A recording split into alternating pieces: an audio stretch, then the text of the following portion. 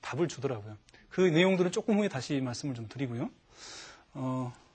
우리가 일단은 상상력들을 훈련하기 위해서는 당연하다라는 말 자체를 사실은 우리 마음 속에서, 우리 생각 속에서 많이 없애나가는 게 좀 필요하지 않을까 싶습니다.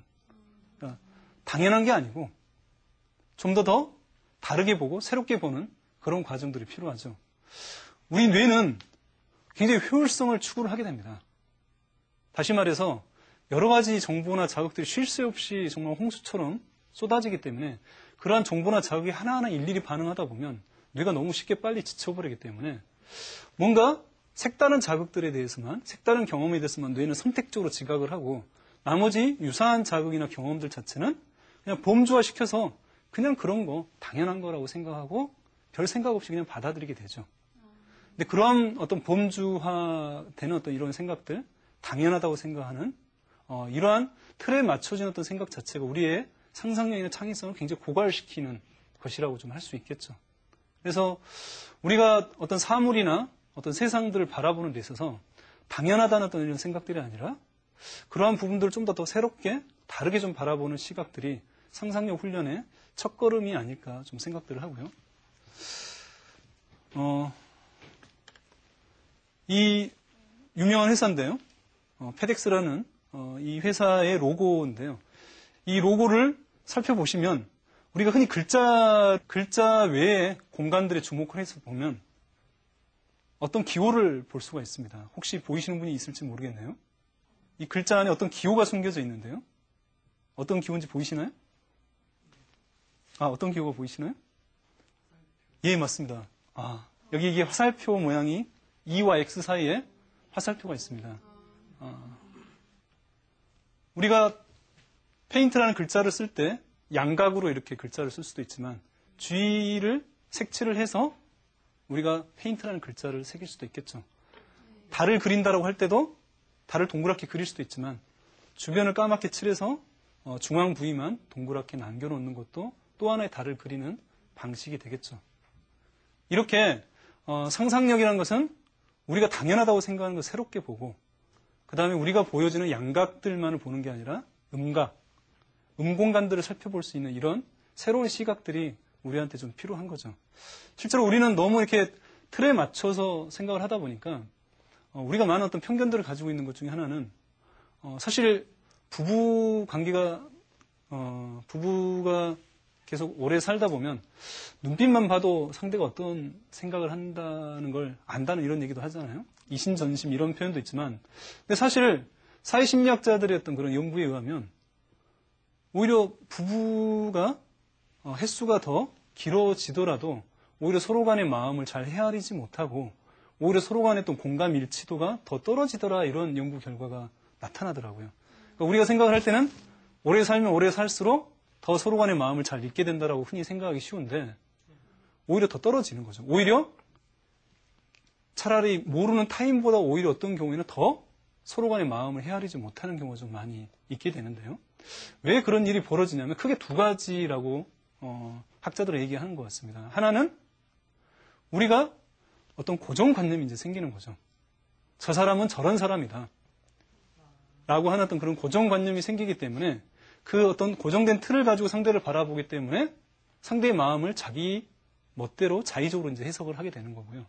또 하나는 우리가 상대가 나를 잘 알 것이라고 생각을 하기 때문에 우리 의사 표현 자체를 굉장히 구체적으로 표현하지 못하고 알 거라고 생각하기 때문에 모호하게 표현하기 쉽다는 거죠. 혹은 이야기를 하지 않아도 알 것이라는 생각 때문에 안 하게 되기가 쉽다는 거죠.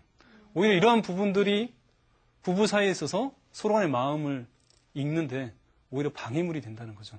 그래서 우리는 내가 안다는 거, 이러한 것들에서 벗어나서 내가 모를 수 있다는 이런 생각들을 하는 것이 결국에 있어서 우리들에 있어서 상대의 어떤 마음을 이해하는 데 굉장히 좀 필요할 것 같고요. 그러한 것처럼 우리가 상상력에 있어서도 당연한 거, 내가 알고 있는 거, 그리고 이건 쓸모 있는 거, 쓸모 없는 거, 이런 식의 어떤 정형화된 틀에 박혀있는 어떤 생각들에서 벗어나서 좀 더 구체적으로 살펴보고 좀 더 다르게 바라보는 게 좀 필요할 것 같아요. 특히 이제 상상력이 떨어지는 분들일수록 또 정신과에서 저는 상담을 해보면 자기 문제에 깊이 빠져 있는 분들일수록 구체적인 사고를 잘 하지 못하시는 분들이 많으세요. 그러니까 세분화되고 구체적인 어떤 사고를 하지 못하고 뭉뚱그려서 이렇게 생각을 하게 되는 경우가 많다는 거죠. 예를 든다면 난 운동을 못해. 몸치야. 혹시 이렇게 생각하시는 분도 지금 여기 계실지 모르겠지만 그렇게 얘기를 한다고 한다면 실제로 자세히 들여다보면 분명히 운동 중에서도 남보다 못하는 운동이 있고요. 남만큼 하는 운동이 있고 남보다 좀 더 잘하는 운동이 있을 수 있다는 거죠. 예를 들어서 구기 종목은 남만큼 못하고 뭐 예를 들어서 달리기는 남만큼 하고 뭐 예를 들어서 또 다른 어떤 수영이나 이런 부분들은 남보다 좀 더 잘한다라고 생각할 수도 있는데 우리가 구체적으로 바라보지 못하기 때문에 뭉뚱그려서 못한다라고 좀 생각이 쉽겠죠. 그래서 일단은 상상력이라는 부분도 내가 상상력이 없다라고 좀 생각만 하시지 마시고요. 구체적으로 어떤 부분에서 어떤 영역에서 내가 상상력이 떨어지는지 어떤 부분들은 내가 좀 상상력이 있다라고 생각하는지 좀 더 나눠볼 줄 알고요. 이렇게 사물이나 세상을 바라보는 데 있어도 좀 더 세분화시켜서 좀 더 당연하다는 생각이 벗어나서 우리가 바라볼 필요가 좀 있을 것 같고요. 여기 옆에 사진은 제임스 다이슨이라는 사업가인데요. 또 발명가이기도 하고요. 보시면 혹시 아시는 분도 있을지 모르겠지만 기존의 선풍기는 다 날개가 있었지 않습니까? 이분은 이제 날개 없는 선풍기를 이제 개발을 하신 분이죠. 그래서 우리는 모두 다 선풍기는 날개가 있어야 된다는 어떤 그런 고정관념들을 가지고 있는데 이 사람은 그 고정관념을 파기를 하는 거죠. 왜 굳이 선풍기 날개가 있어야 되는가? 그래서 항공기 엔진의 원리를 이용을 해서 날개 없는 선풍기를 만들어낼 수 있는 거. 보다 더 상상력이라는 것은 우리가 가지고 있는 기존의 어떤 틀에서 벗어나려고 하는 노력들, 내가 알고 있다는 것에 대해서 내가 모를 수 있다는 것들을 인정하는 것부터 시작하는 게 아닐까 싶고요. 두 번째 시간에 창조적 상상에서 첫 번째 요건이 적극적 상상이라고 좀 얘기를 했는데요. 우리가 실제로 일상생활 속에서 많은 문제나 어려움에 봉착을 하게 됩니다. 그럴 때 우리는 사실은 그러한 문제들에 대해서 본능적으로 회피를 하거나 혹은 그러한 부분들을 부정을 하거나 잘 들여다보지 않으려고 하는데요. 사실은 상상력들을 일깨워 나가기 위해서는 사실은 적극적인 사고가 정말 필요하죠. 그래서 해결지향적인 어떤 사고가 굉장히 중요하고요. 해결지향적인 어떤 그런 사고에서 보다 더 불만이나 문제를 깊이 있게 바라보는 게 좀 중요하지 않을까 싶습니다. 그래서 나는 원하는 삶이 뭔지 모르겠어요라고 얘기를 하신 분들이 많은데 그럴 때 중요한 열쇠가 되는 질문은 첫 시간에도 말씀을 드렸던 것처럼 내가 원하는 삶이 무엇인가를 상상을 통해서 계속 그려나가다 보면 내가 원하는 어떤 그런 미래의 어떤 상상들이 분명히 떠오른다는 거죠. 그게 내가 원하는 어떤 삶들을 들여다보는 열쇠가 되기도 하고요. 또 하나 중요한 부분들은 내가 가지고 있는 또 불만이나 문제들을 깊이 있게 보는 필요가 있다는 거죠. 이 사진 한번 볼까요?